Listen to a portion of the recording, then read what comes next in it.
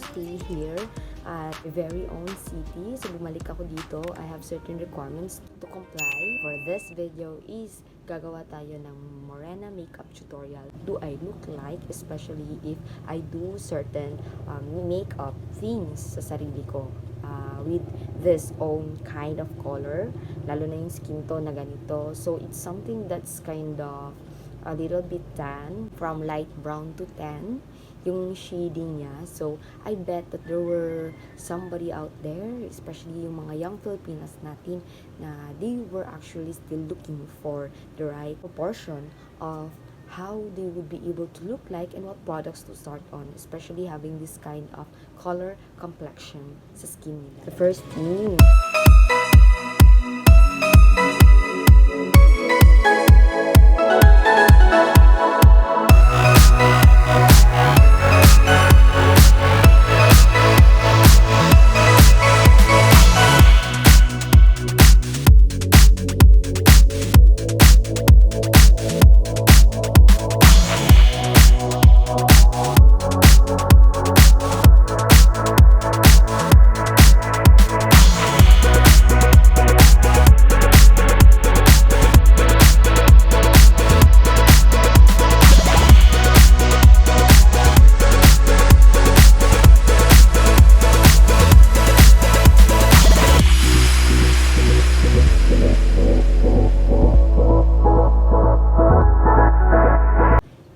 hindi tayo magsisettle sa okay na to. What I mean is this will be the final look sa ating Morena makeup tutorial. So I do hope na you can simply start by using local products muna, but I am not recommending yung mga nasa Chinese store kasi may mga ingredients yung cosmetics dyan na maaring magkakakos ng skin irritation. So I do suggest that if you have some budget, you can simply purchase dahan-dahan sa mga affordable makeup kits, lalo na makikita nyo sila sa Watsons, primarily sa Careline. Kasi maraming mga napakamurang cosmetics sa Careline na sulit rin siya, napaka-light niyang gamitin, especially sa mga beginners. So that would I suggest. Thank you so much and bye!